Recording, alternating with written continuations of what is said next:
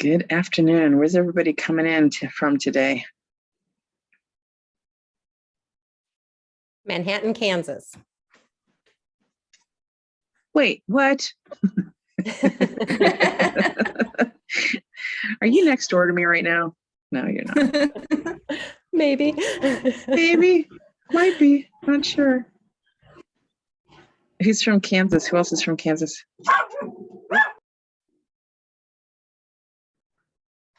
I'm from the Newton area. From St. Louis. Laura? St. Louis. Oh, hi, Laura. Hello, Leslie. I'm in Fayette, Missouri. Nice. I'm in Annapolis, Missouri. I'm in Kansas City, and I love that I've never heard of some of these towns. Ah, that's awesome. I work out of Columbia. Most people have heard that one, but All right.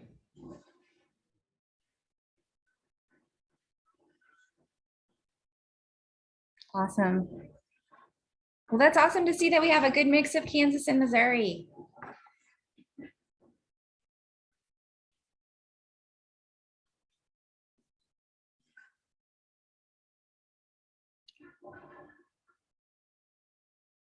I think Laura's coming back to introduce you, Sammy, but if you want to start, if you want to say any words about yourself, you can just take the mic.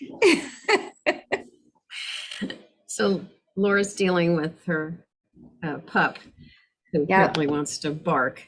And so I'm not sure what solutions she's come up with for that, but I'm delighted to be here. I'm Sammy Aaron with the Resilient Activist, and we were just talking before y'all came on the call about how much I enjoy being with this group. You know, environmental educators, those are my peeps.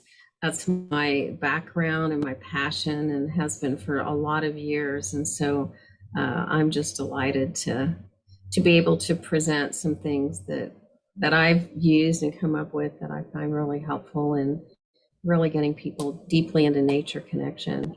So Laura, I was invited to go ahead and start introducing myself, but I didn't say much about myself, or probably anything you were going to say about me. So you feel free.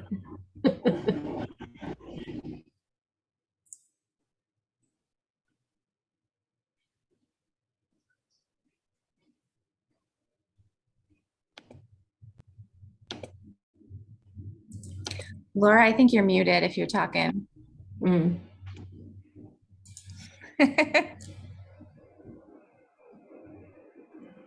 I'm so sorry. Sorry, Sammy. I said some really brilliant things, but that's all right. Sorry, hang on just 1 second, please.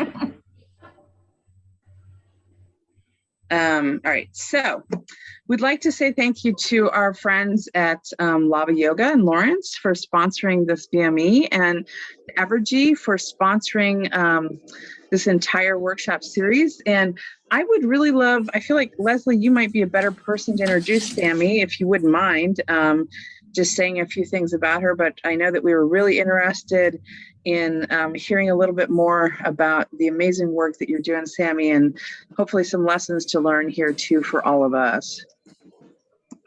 Sure. Well, I met Sammy just a few months ago when we took a trip to Kansas City to try and build our network. And we just have a lot of like-mindedness, and our organizations overlap in so many ways. As y'all know, Casey and Mia are environmental education organizations, and Sammy's organization is really about helping people find healing through nature. And as we know, as environmental educators, we're all carrying a lot of heavy burdens for our students and then just for the planet. And so kind of finding joy in all of that, like, is where I see Sammy's gifts lie. And so I don't want to take too much from you, Sammy, but as you're the founder or co-founder of the Resilient Activists. Founder, yeah. What I thought. So yeah, so I can't remember what year it was founded, but I just think you have a lot to offer and a lot of insight born out of experience. And I just glad that you said that you wanted to talk to our audience. I know you talk to lots of different groups, but environmental education really overlaps with what you do. So take it away. Great. Thanks so much, Leslie. And thank you, everybody. I'm going to go ahead and share my screen. I'll tell you a little bit more about the Resilient Activist momentarily. Does that look proper? Mhm. We all see that. I might ask someone, Morgan or someone, to, if you don't mind, monitor the chat box. Because of the way that I have my screen set up, I might not be able to see if someone posts something in the chat. And just, we can be really informal with this, and you can just butt in and try and get me to shut up for a minute and answer a question if it comes up, okay? So I really want to thank Leslie as well as Morgan and Laura for kind of invitation and the ability to just share kind of what bubbles out of my heart with this community. So thank you all. Essential to our focus on deep nature connection, we acknowledge the previous stewards of the land from which our organization springs. In Kansas City, we're on lands once occupied by the First Nations, including the Kickapoo, the Kaw, the Osage, and the Osheti-Sakoway. We recognize these lands were stolen from the U.S. by the U.S. government from the Great and Little Osage in 1825. So while recognizing the part that our forebears played in this history and their knowledge of the land, we bear a responsibility to engender a new kind of community based on the best in all of us for ourselves and our planet. And so to this end, the Resilient Activist has reached out to the Kansas City Indian Center, to Haskell Indian Nations University in Lawrence, and to the Blue River Forest Experience to enhance our knowledge of Indigenous wisdom and to understand how we can share some of that with the rest of the world, our community. So a little bit about myself. I am a meditation teacher. I focus on nature-centered meditations. I'm an environmental activist, volunteering with a number of environmental groups, mostly focusing on land use and restoration of pollinator habitat. I'm an extension master naturalist through the Johnson County K-State Research and Extension. There's a little difference between the master gardeners and the master naturalists. Master gardeners tend to focus on growing plants for humans, whether it's food crops or beautiful things to put in our home landscapes. Master naturalists focus on the ecosystems and the interconnectivity between wildlife, plants, and humanity. I am a nature-connected educator working through a method called the nature process, which is a way to take your grief, your decision-making, and leave it out in the natural world. I'm a climate reality leader trained through Al Gore's Climate Reality Leadership Training. It was a great opportunity to understand climate change from a more global perspective and to be able to connect with 2,000 of my closest friends at a 3-day event to really hear people's stories from around the world about how they're already being impacted by different aspects of climate change. And I'm the founder of the Resilient Activist, so I'll tell you a little bit about that. Our mission is to build resilience, optimism, and hope in response to the impact of the climate crisis, fueling the movement from the inside out. The Resilient Activist provides community, stress relief, and nature-connected programming that supports vital ecological change. And we believe the world needs inspired and visionary activists who have the resilience to see us through these unprecedented times. We are a nonprofit, we're a 501c3. While we're located in the Kansas City area, all of our programming, or a biggest portion of it, is online, and we have global participants. We have people from all over the world coming to our programs, our research studies, and more.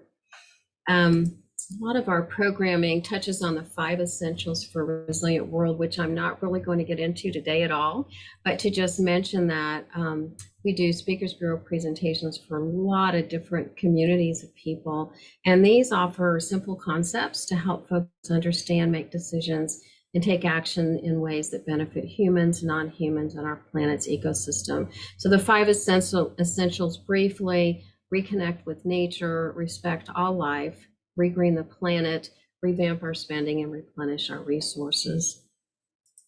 So today's agenda, why are we talking about deep nature connection? We'll talk a little bit about the benefits of time spent in nature, ecopsychology and the senses. That might be a new term for some of you. Mindfulness practices in relation with deep nature connection, and some of the emotions surrounding ecological destruction, especially for activists. We'll talk about nature disorder and phobias in some ways, that some programming that can help alleviate that. So if you're leading courses or teaching a community that is experiencing some of those nature phobias, hopefully you'll come up with some tools. And I promise to end with a prophecy for a bright future. Okay. Oh, all the resources and links mentioned will be sent to you afterwards in a resources handout, so you don't have to try and capture and write down furiously everything that you're trying to keep track of for this today.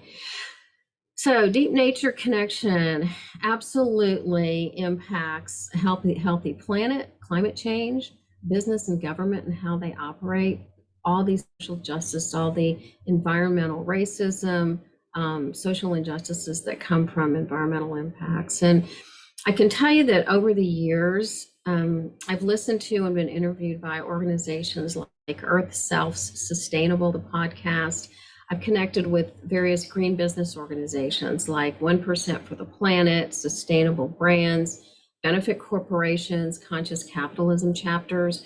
And I can tell you unequivocally that a deep nature connection is one of the best predictors for those who choose to step into the important work that will ensure a healthy planet, reduce the effects of climate change, and shift business and governmental practices to a more nurturing perspective.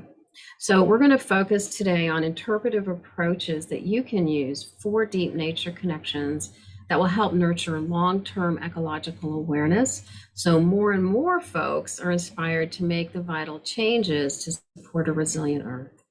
So the first thing I want to talk about is, how did I get into this? Like, one of the premises of nature, of being an interpreter, is to share your own personal story. So my deep nature connection, I'm going to stop to share for a minute here. Maybe. There we go. My deep nature connection happened when I was down the Flint Hills of Kansas. If you haven't been there, gotta go. And this was in the 1990s, before there was a tallgrass prairie preserve. The whole place was locked up. Nobody was living there. There was nothing happening. There were just some hiking trails that were open like one Saturday or Sunday morning a month. You could hardly get in there. And we went down with the family and we all went off in our own directions. And I remember coming up on a rise, on a hilltop, and noticing that I couldn't see anything man-made. Like, in any direction that I looked, there was no telephone poles, there were no train tracks, there were no houses. And there was just this, like, even now I'm getting this kind of whoosh of, oh my gosh, what does that mean? That I have spent, here I'm an adult with children. I spent my whole life never noticing a place like that. And it made such an impact on me that it kind of shifted my focus as an activist, shifted my focus as a gardener, shifted my focus as a parent. And so I encourage you to think of your story. Why did you become this environmental educator, right? Because it's an important story to share, and it gives you the opportunity to really connect with whoever you're presenting to. Okay. So let's get started. Benefits of time spent in nature. So you probably have your own list of benefits of time spent in nature, but there's actually a ton of studies to prove the benefits. So these right here are on your resources handout. The first one, a view of nature through a window may benefit recovery from surgery. So this has to do with people who've had gallbladder surgery, a rather non-invasive procedure. And they had people for the recovery time either have the ability to look out a window with trees or to look at a brick wall out their window. And what they found was the people who were looking at a nature scene had shorter hospital stays, they took fewer pain meds, and they reported a more positive experience than those people whose recovery room showed a brick wall. Time in the wild is shown to improve creative reasoning and boost immunity. So this was a study of 4 days of immersion in nature, just everyday people who are willing to do the study, and the corresponding disconnection from multimedia and technology increased their performance on a creativity problem-solving task by a full 50%. So a lot of you know about forest therapy, and you know about the mental health benefits of time spent out in the forest. But forest therapy also has been shown to reduce heart rates, to have a complete and effective decrease in negative moods and anxiety compared to walking in an urban setting for the same length of time. And there's actually research studies that show that time in nature can make you happier and kinder and more creative. So some of that has to do with when we're in nature, we can observe the interaction and symbiosis between different species, right, in different seasons out in nature, and that can transfer to ourselves. That's a learning experience we can take away that makes us kinder. So these are some of the best resources I've found for recommended reading. Again, this list is in your handouts. The Nature Fix by Florence Williams, #1, numerous studies on the healing benefits of time spent in nature. Last Child in the Woods, Richard Louv, I'll talk about that a little bit more. Earth Emotions by psychologist Glenn Albrecht explores the emotional impact of climate change and environmental devastation on the human psyche. The Association of Nature and Forest Therapy guides, you can actually get the guide. You don't have to become certified, although that'd be great if you wanted to. But there's all kinds of scientific studies on their site, really, really helpful information. And of course, Robin Wall Kimmerer, Braiding Sweetgrass, as well as her book, Gathering Moss. Oh my gosh, I mean, I just can't say enough wonderful things about Robin Wall Kimmerer. And then if you're interested in more about ecopsychology, The Voice of the Earth is the seminal book that shows the inherent connection between humans and the earth. Okay, I just want to be sure I keep track of my time here, so forgive me for that. So many of us feel really disconnected from nature. And if you compare these two pictures in the slide, we currently walk on pavement, right? We walk on mowed grass that's perfectly flat, right? Our property's been leveled, right? There's no pathways, there's no rivulets where water has created a little bit of a streamway. We don't experience the feel of the earth. We have air conditioning and heating. We don't even open our windows a lot of the times. So we don't experience even the change of seasons that we did before. For those of us in cities especially, many of us have developed this fear of insects and other wildlife, fear of being in secluded spaces. We like the idea of wide open spaces because it might not be safe for us if we're surrounded by trees, for example, where we can't see out. Kind of the whole thing with the Canada geese, right? They want to see a big wide open swath. And that's why a lot of times they settle around ponds where all the plants have been cleared away.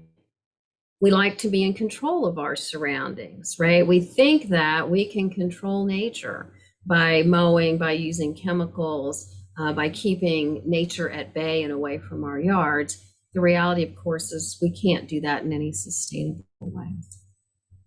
So I want to kind of read this slide. I don't read a lot of slides when I'm presenting, but this is from the Foundations of Interpretations Curriculum Content Narrative from the National Park Service, and its prime.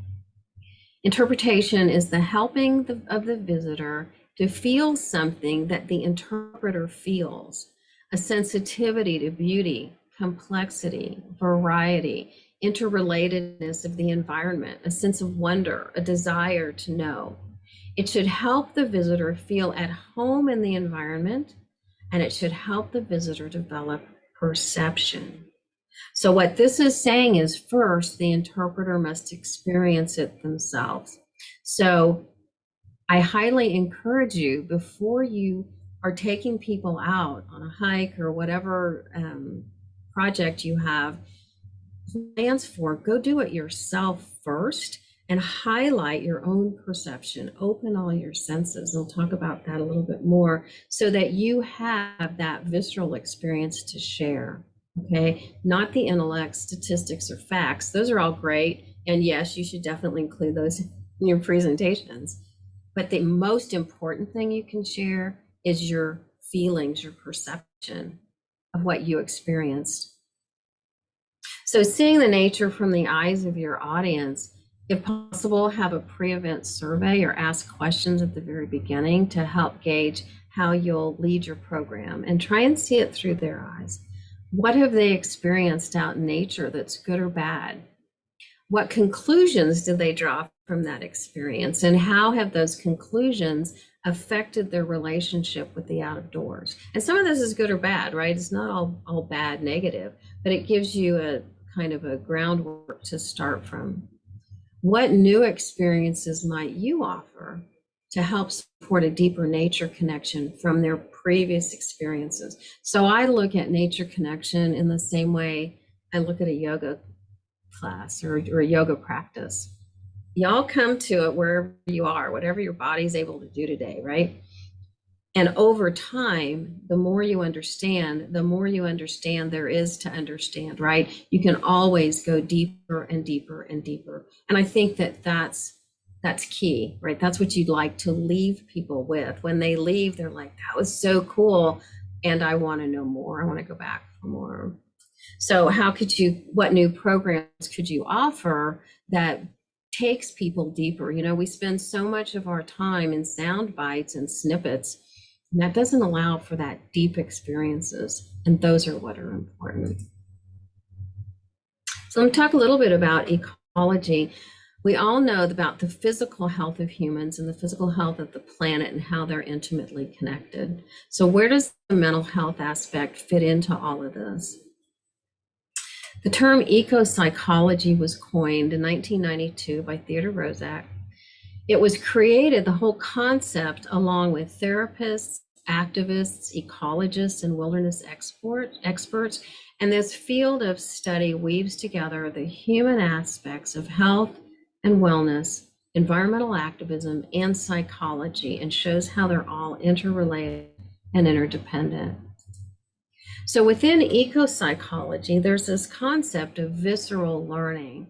So here's an idea that actually transformed my personal connection to nature, understanding that we have way more than 5 senses. Okay, so this was first introduced by photographer, artist, and reporter for the Chicago Tribune, Guy Murchie, in 1978. He has a book called The 7 Mysteries of Life, an exploration in science and philosophy, and it's like a big book. It was later expanded on by another eco-psychologist, Michael Cohen, and they came up with 50 some odd senses. So depending on who you read, there's a different number of senses. 54 kind of was the limit. But each of our 5 senses, sight, smell, taste, touch, and sound, are just receptors that give us all these other senses. So radiation senses, for example, give us our sense of sight, of course, which gives us the ability to see direction and form and shape and patterns and so on, right? Colors, all of that comes through our sense of sight. The information that's perceived through our senses lets us know if we're safe and if we can be in that relaxation response, or if we should be on alert in fight or freeze mode. So we're going to take a look at a couple of these. You might notice under chemical senses, there's a horticultural sense. What does that mean, right? Well, I know for my entire adult life, I have been driven to nurture a garden or house plants, whatever. It's a sense that I'm imbued with, right? So we're going to experience a couple of these in just a minute through the concept of mindfulness in nature, but I want to talk a little bit about mindfulness first and meditation. Okay, so mindfulness is a way of being in the world It's a way to be present and focused in the moment. When we're constantly planning for the future or thinking about the past, we can miss a whole lot of good stuff that's happening right now.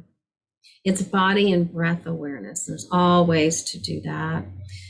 It's intentionally living from your heart. So mindfulness practices this concept of mindfully making decisions about everything that you do. Okay?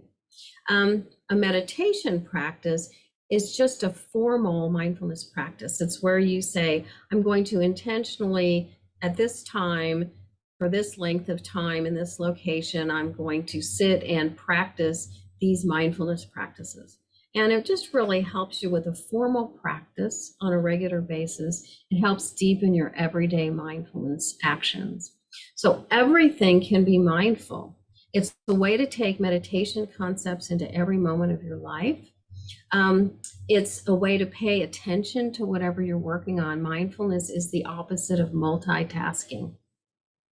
It's an opportunity to give others your full attention, including your garden, including your home, right? Not just other humans. To help you think about noticing what response you get. If you're working with people, what is their body language? How is their breathing? What facial expressions do they have? And then mindfulness in nature can help inform the choices you make to support a more resilient and healthier planet. So we have other Speakers Bureau presentations that goes into this in a lot more detail with practice, but we're going to do a couple right now that deal with our senses. 3 of those 54 senses: sight and light, heliotropism, which is being able to recognize light with your eyes closed.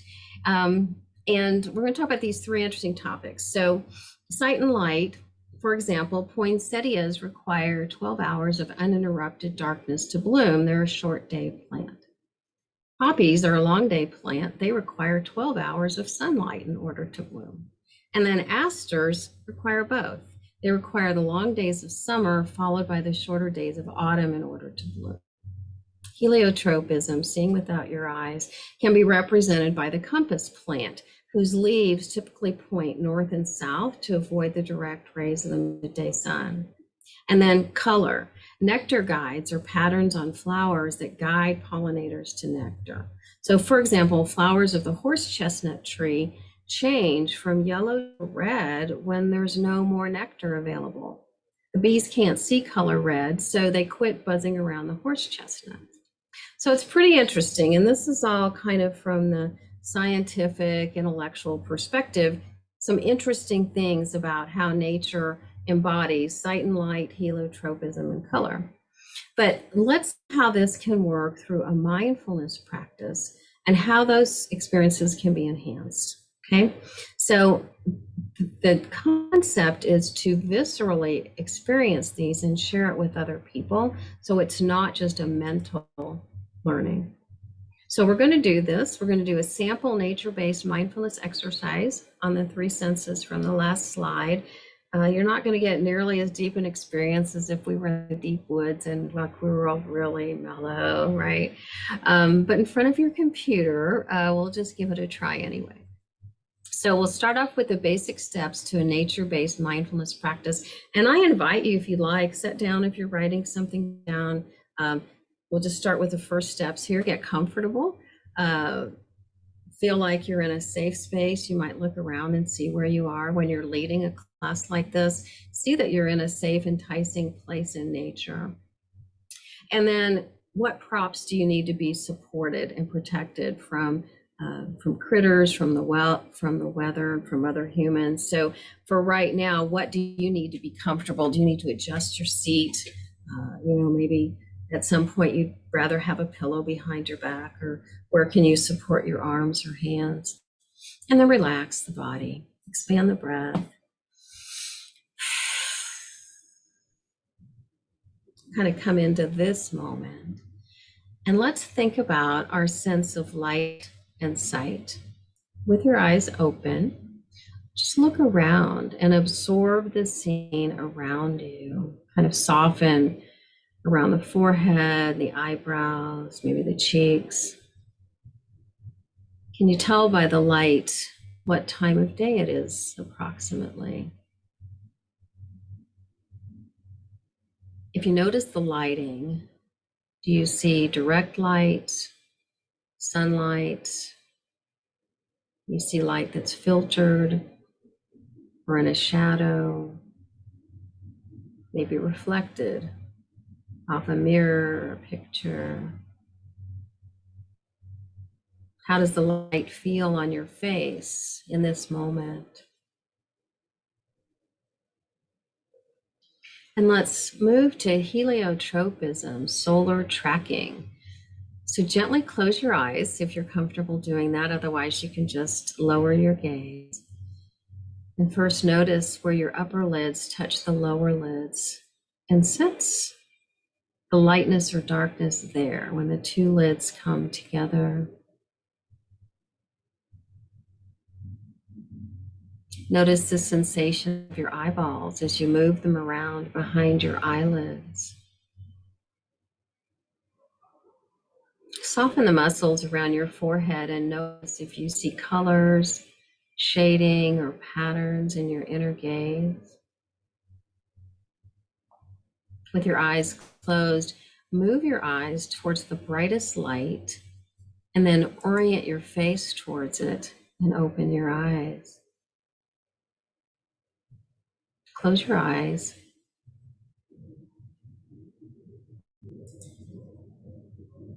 And do the same thing again, but with the darkest area. Notice where it seems darkest, and then open your eyes and see what you notice. And then with your eyes open, notice all the colors around you. One at a time, notice each color. And then notice, is there a particular color where you are that's really attracting to you, something you just really like? Let your eyes focus on that and notice how that color appears to you within the gradients of light or shading. How does the color feel to you? How does it make you feel? Does it feel heavy or light? Does the color make you feel warm or cold? Does it bring up a particular mood? So look at one color you don't particularly like now and notice the lighting around it or the shading.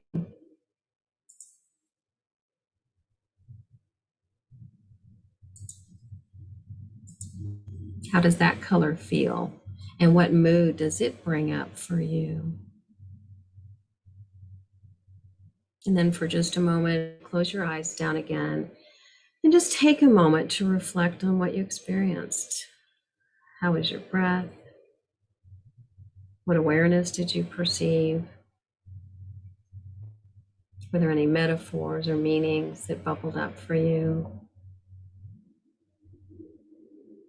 And then take a full breath. And as you're ready, gently open your eyes and come back into the room. So I'm going to stop the share for a minute. Does anyone have any comments, thoughts, reactions they'd like to share? Just take one or two people.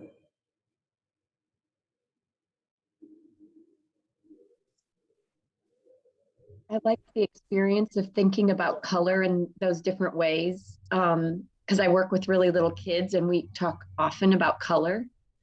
So I would try to experience that with them somehow. I mean, they're 5 and 6, but we practice meditation. So I'm going to try it. Wonderful. Yeah. Yeah. Yeah. Just what is the visceral experience of color? Mm-hmm. Love it. Thanks, Laura. Thank you. And your voice is so relaxing. Yeah, I've been told I can put people right to sleep. It was amazing. Who else? Let's see. Lisa, you're unmuted. Did you want to say something? No, I was going to say just relaxing. I mean, just that, feeling like the warmth and almost feeling those colors that come with it from those experiences, from our background. And I agree, your voice was very soothing and it was, thank you. Great. You're welcome. All right, we'll head back here. So let's talk a little about some other ways, in addition to mindfulness practices, through a few senses. Here's some other simple and effective programming ideas that you can help people connect on a really personal level. One is have a session of how to talk to a tree, right?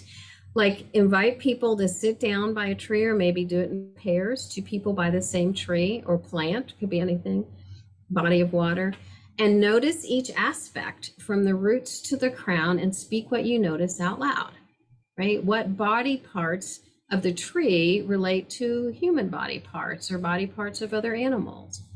What actions or activities do we share? You might even ask the tree questions about things you're unfamiliar with, like, why does your bark look like that?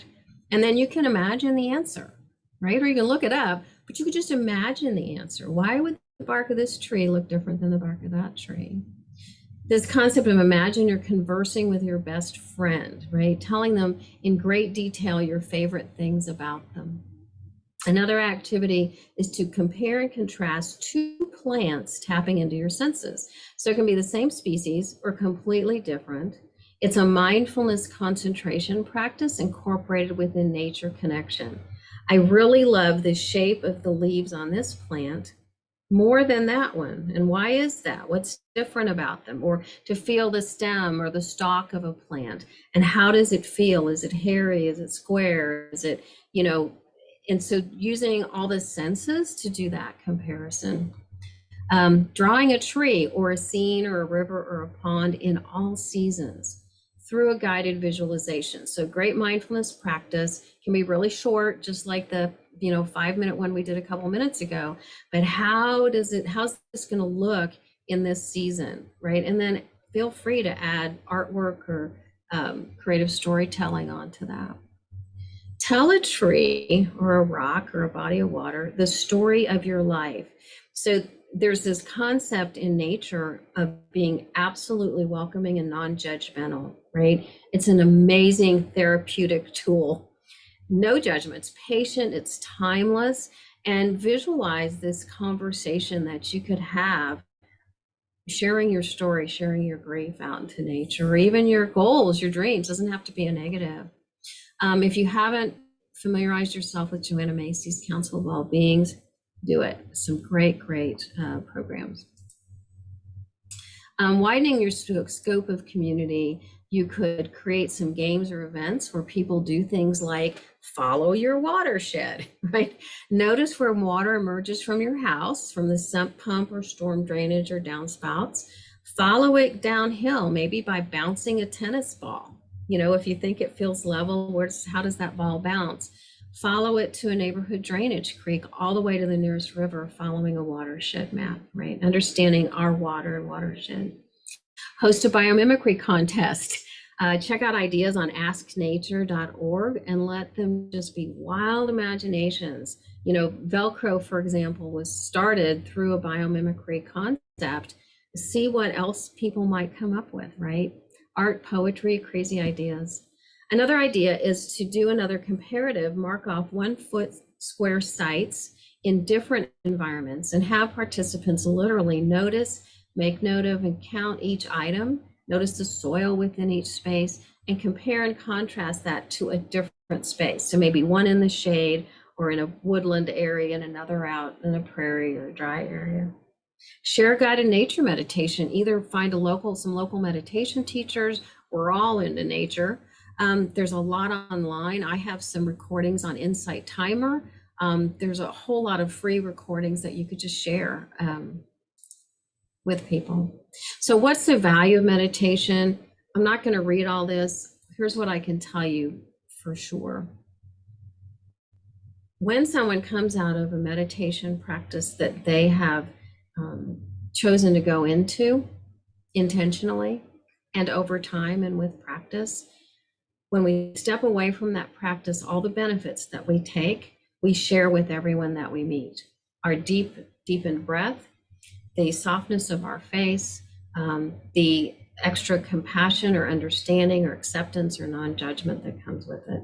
So all of these things are amazing benefits for meditation. So we're going to switch now to the invisibility of climate change, and we're going to get into some little bit deeper topics, some of eco-anxiety and some of the grief. So imagine some of you, and some of you out in the country may still have windshields that look like this, but I can tell you in the Kansas City area, having to scrape dead bugs off the windshield, I haven't done that in years, right? The implications of this are tremendous. So the emotions of the climate crisis 2021, this was the IPCC report that came out last summer. Unless there are immediate, rapid, and large-scale reductions in greenhouse gases, limiting warning to 1.5 degrees centigrade will be beyond reach. So if you personally have been working on climate change, and some of you I imagine have, greenhouse gas emissions, habitat and pollinator loss, water and air quality issues, and you've been doing this for years and years and years, how did this statement make you feel? Probably not so good, right? We have brand new words that recognize the ecological grief and climate anxiety that can feel overwhelming and depressing for so many people. Within the mental health community, we now talk about eco-anxiety, pre-traumatic stress disorder, similar to post-traumatic stress, but we know what's going to happen. We have a fear of the future. Solastalgia, grieving over lost environment. This happened in Hurricane Katrina. Loss of beloved places in nature and the grief that comes with that. And then terra fury, leading to potential future violence over environmental destruction and protection. Fortunately, we now have the Climate Psychology Alliance, Climate Psychiatry Alliance, and they've developed the Climate Aware Therapist Pledge and Climate Informed Therapist Directory. And I encourage you, if you've noticed an increase in concerns about the environment, to please connect. Even small children are really experiencing climate anxiety. Connect with these organizations for programming and professional support. And if you're grieving or fearful about the climate crisis, please reach out to organizations like the Resilient Activists because it's really important.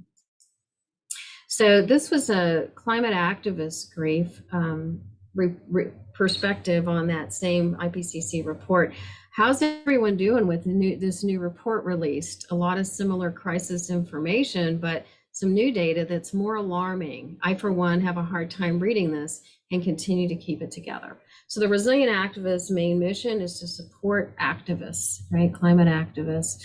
And I encourage those of you who have the opportunity to reach out to communities of activists for support in nature to please do that, okay? The Resilient Activists had a research study that we did for 46 activists. And what we found out was, with the question, when you think about climate change and environmental degradation, what kind of emotions do you feel? And this was their response. Sadness and anger, 86% and 84% expressed sadness and anger. Everything else was kind of on down the line, right?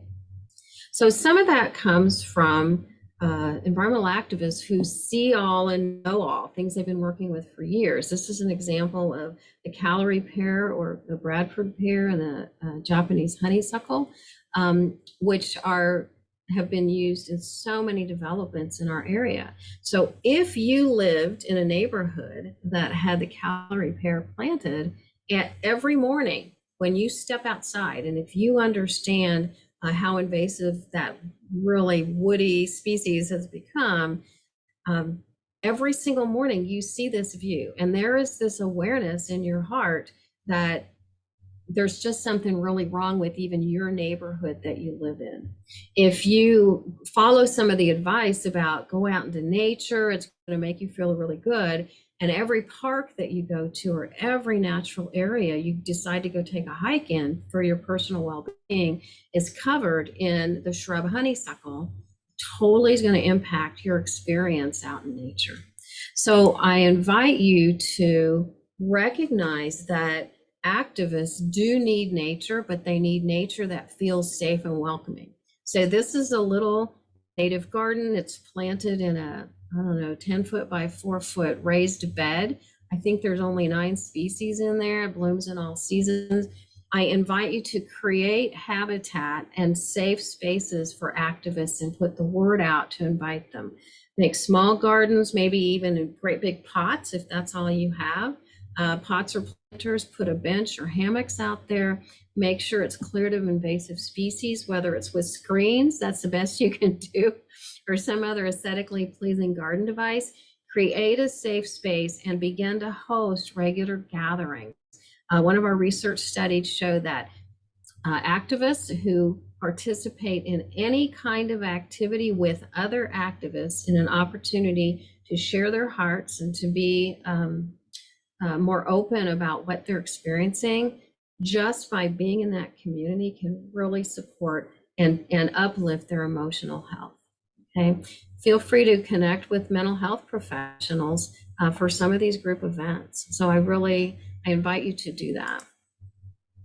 So we have just a little bit left here, but I want to know, are there any questions that anybody has about anything I've talked about so far?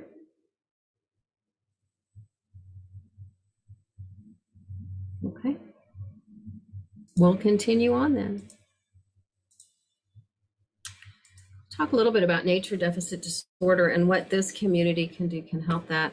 I mentioned Richard Lou's Last Child in the Woods. Get the new version of it. He's got a new release that has 100 actions you can take to create change, with discussion points on how to bring nature into our lives. Like it took me a year. I had this book on my bookshelf for a year before I'd allow myself to read it. I just wasn't in the mental health state to do it, but it's really, really good. And it's really, really well worth it. So allaying fears of nature, mosquitoes and ticks, right? They're right up there. Learning about ways to prevent mosquito stings and tick bites are an important resilience tool, right? It's not just the science of it and how to do it. It's the mental health, the emotional component. The CDC has some great articles about the rise in vector-borne illnesses like Zika and Lyme disease, and how to protect ourselves. So courses that you can offer that help people understand how to be safe without spraying everything with chemicals to kill every critter that's out there can be really, really helpful. So for a lot of phobias, the perceived path to safety may be out of proportion to the actual threat, right? So spraying an entire yard, killing everything else in there is going a little overboard when there's a lot of other things we can do to be safe in the environment. And that's something that people in your position have the opportunity to do. So I want to take an example. People are afraid of bees, and we'll go with the bumblebee. People who have phobia, and we'll do it through the mind, spirit, body perspective. So in the mind, they're dealing with the mind. Try and identify one critter, in this case, a bumblebee or particular bumblebee that you know you have in your area, and teach people all about it, their range, what their population counts are in a local area, share statistics and science about it, focus on their life cycle, reproduction, eggs, caring for the young, overwintering, foraging for food, to glean a connection with our human sense of family and community, and comparing our own needs with theirs, right? Making that connection. Host an inventory of the critter's required plants or habitat in a natural area. So for example, for bumblebees, how many penstemon species do you have in this area, right? Focus on what ecosystem changes people can make to support bumblebee populations. And then have a tasting party of buzz-pollinated fruit, blueberries, tomatoes, and kiwis. It's one way to really understand that it's not all about honeybees, right? It's about buzz-pollinated, big buzzing bees. No, not that big, but well, you get what I'm talking about. Spirit then, be in a safe space, right? Create a place where maybe they can look at penstemons with binoculars or scopes or webcams. So people who are really afraid of being out there right next to the plants, give them the opportunity to observe, right, on a sunny day. Have the host or nurture plants in pots so people can get really close in a way that doesn't feel as threatening as maybe walking out in the middle of a prairie restoration, right? Have snapdragons. Everybody loves snapdragons. Bumblebees love snapdragons, okay? And then create small groups for supportive community and partner learning. And then with the body, explore through all the senses again. Invite them to imagine what it would be like to be that critter, or to feel the rush of the breeze as a bumblebee buzzes past you towards a favorite plant, right? Notice the colors and patterns and texture of the pollen in their pollen baskets.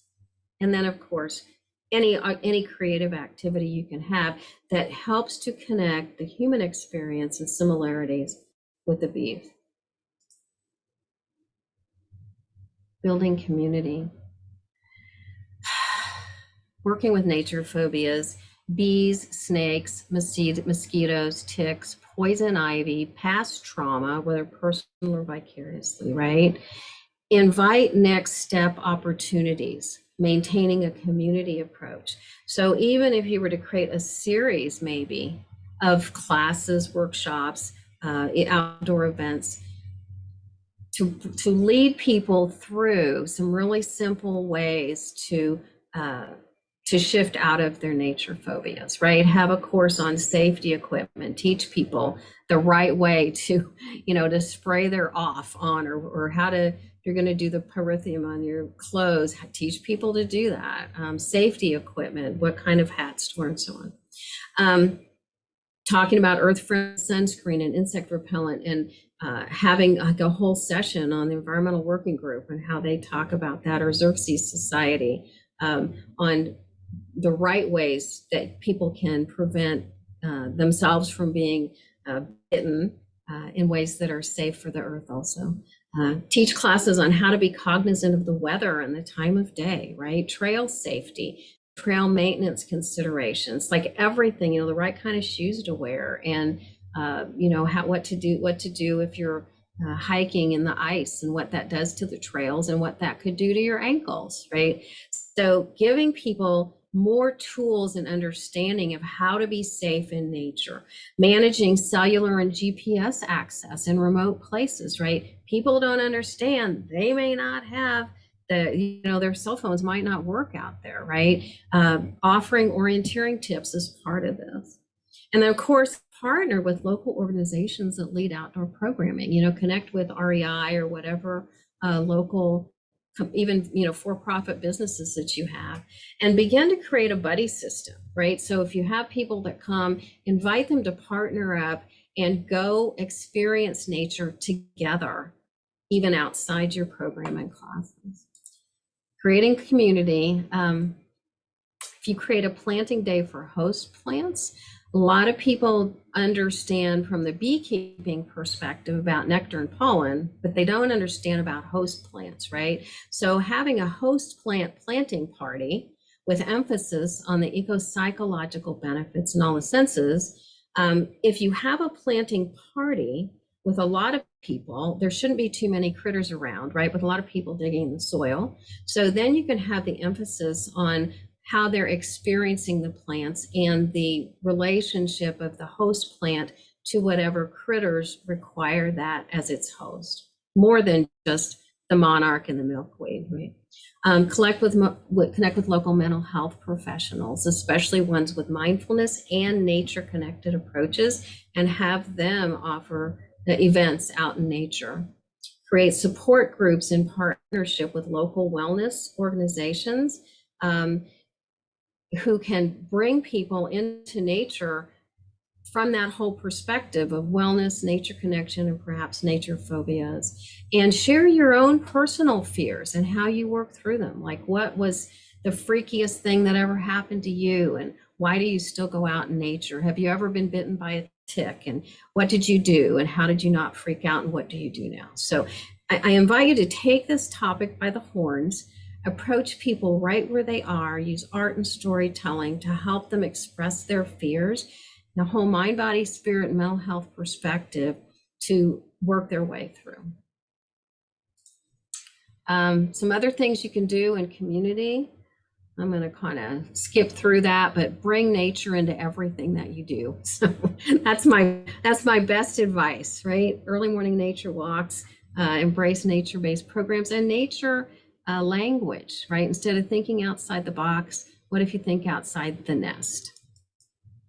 So I want to talk a little bit about the Resilient Activist. Some of our programs, we have monthly climate cafe gatherings. They're on Zoom. It's an opportunity to share the emotions that are coming out for activists and for anybody experiencing any form of climate anxiety. We're in the midst of a 7-month embodied activism meditation series, a different teacher each month, a different focus. And again, they're held on Zoom through our online Mighty Networks community. So it's a safe social media place. It is open to the public, but it's not open in the same way Facebook and Instagram and other social medias are, but a place to connect. We have a monthly Justice, Equity, Diversity book group. Would love to have you participate in that. Again, meets online. We have our Speakers Bureau programs, talk about that in a minute. And we have a lot of research studies that we're working on the emotional impact of climate change for climate activists. Our Speakers Bureau programs, we have for all different communities, different age ranges, 5 essentials for self-care and earth care and for business, a deeper immersion into mindfulness, meditation, and deep nature connection. And we have 2 new ones, resilient political engagement. Our first presentation of that will be this Thursday, and interior design and the 5 essentials. So that's a great one for people wanting to make their homes more environmentally friendly. We would be honored to take your donation. Different levels of donations offer benefits, so you can earn different even Speakers Bureau events and workshops and even a half-day retreat depending on the level of your donation. So I invite you to check out our Donate Us page. There is a survey. The link will be sent to you. I really, really value your feedback on this program. Here's my contact information, but I promise to end with, we have just a couple minutes, with an uplifting prophecy. So some of you may know the legend of the eagle and the condor. It's a prophecy of the Amazon that speaks of long ago when human society split into 2 different paths. That of the eagle, which is the intellect, science, technology, what man can do, and that of the condor, that's the deep nature connection, understanding, communing with what nature can do. The prophecy states that this is the time when the 2 will reunite to bring our world back into balance and ensure a resilient future. And that's what it's all about. It's bringing technology and nature connection back together. We just want to end with Robin Wall Kimmerer's At Every Turn of a Leaf, There Are Mysteries, from her Gathering Moss book. So there I am. Feel free to reach out to me, Sammy at theresilientactivist.org, and we would love to offer whatever we can do to help support you, your audience, your community, your staff. And I'm done. So, comments, questions? Thank you all. What a fabulous way to end the workday for most, I think, and some of you may continue to work. I hope not. I hope you get to go outside and practice some of what Sammy just taught us, and really appreciate, Sammy, you taking the time to share this with this audience. I think we all felt very much calmed and nurtured by you, so thank you. You're so welcome. Yeah. Anyone have any questions for Sammy? We have a couple minutes.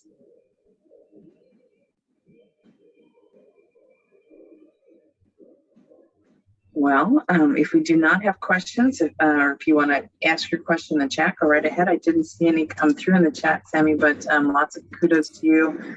We will be sending out the resource list in the slide deck that Sammy was gracious enough to share with us tomorrow, along with a recording. So if you want to share that with your friends and let people know about Sammy's great work and give them a treat too, then please do that. And again, on behalf of our organization and the Missouri Environmental Education Association and Casey, thank you so much, Sammy, for being with us here today. We appreciate you. Thank you, Sammy. Thank you. Thanks everyone for being here. Thanks, everyone. Thank you for all you do. You know, it's groups like this that make my heart go pitter patter. So I'm really happy to have been part of it. Well, we are grateful right back at you. All right, everyone, have a good rest of your day. And thank you, Sammy. Sammy, would you send us a address too at some point when you get a moment? Sure. Thank you. Yeah, and if it looks like there's 1 or 2 questions in the chat, maybe I can answer those in an email. Sorry, that came in quickly. Yes. Yeah, I'll do that. Well, I could do it right now. Well, other people have left. What did I do before this amazing work? Yeah, I was a software developer. So there you have it. There are no limitations. That's awesome. All right. Thanks, everyone. Take care. Well, thanks, everyone. Have a good rest of your day. Bye.